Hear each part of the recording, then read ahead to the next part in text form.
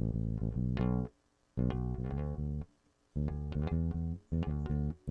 don't know about you, but I can't make it without the Lord.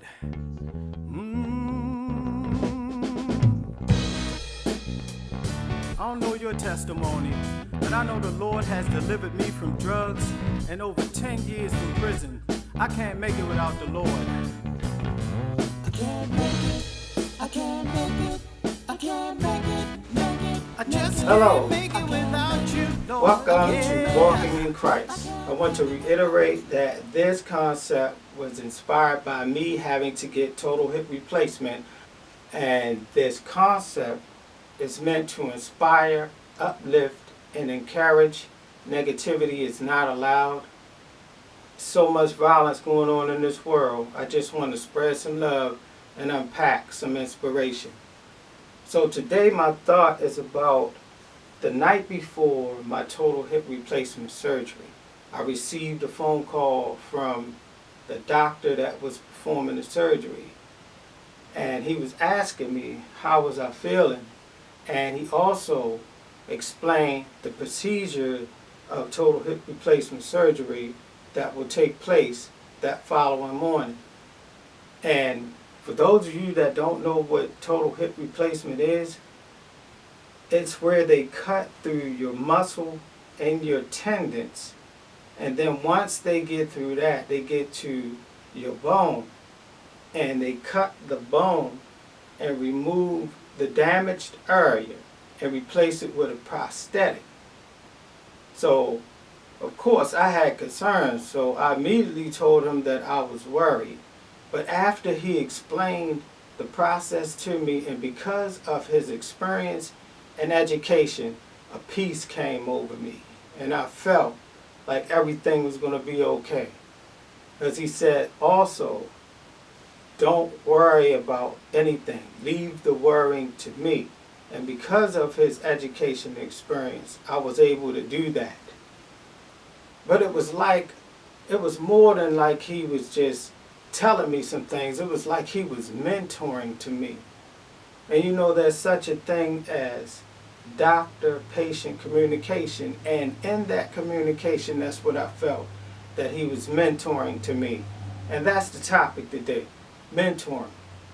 And the definition of mentoring is the individual that imparts education and knowledge, or imparts their education and experience to another individual to help them reach their potential and purpose. And potential is your gift, and purpose is how you use that gift in this world. Now, to me, mentoring is more than just that. It's holistic. It's your family, it's your health, it's your profession, and your self-development. Now, in your family, you may run across maybe your spouse, your daughter, your son, your nephew, and they may run through a serious situation in life that you have education and experience about, that you can impart to them and make their hard fall a soft landing. Then in your health, you know, you hear the term health is wealth. Without your health, you cannot function basically in this world to reach your potential and purpose. And that was the example that I was using about the phone call the night before, when my doctor, my surgeon, called me and explained to me what was going to take place. Because if I could not walk and not have hip replacement surgery, as my profession is a visual communicator, which involves photography and video, that means I have to be mobile. That would affect my profession. So with him explaining those things to me and how that was going to help me in the long run continue on the pathway to reach my potential and purpose in this life, then you have self-development. Your self-development, to me, is connected to God, and also individuals that are in your life or in this world that can help you reach your potential and your purpose. So God to me connects me to a pastor, and then the people that are aligned in this world help you reach your potential to me are mentors. So they are very significant to people to help you reach your potential and your purpose in this life, or they can point you in the right direction. Then you have your profession.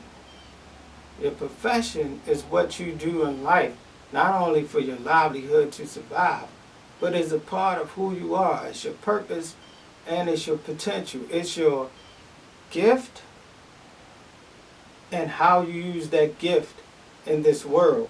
So these are four holistic approach about mentoring that I see that are very important. And I want to use an illustration that I read in the Bible. It was about Jesus and his students. And Jesus was mentoring to his students, of which we call disciples. He used the metaphor of a sower and the seed. And the sower is God. The seed is the potential and the purpose that God puts in our lives.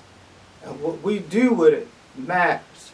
He used four illustrations that seed can fall on the wayside, it can fall on stony ground, or it can fall among the thorns, or it can fall on good ground. So think about that. Where is your potential and purpose falling in your life today? Is it falling along the wayside where you're not really reaching your potential and purpose in life? Is it falling on the stony ground where it hits but it can't grow because it's being blocked? Or is it falling among the thorns? It may grow up, but then it gets choked out, so to speak, and withers away.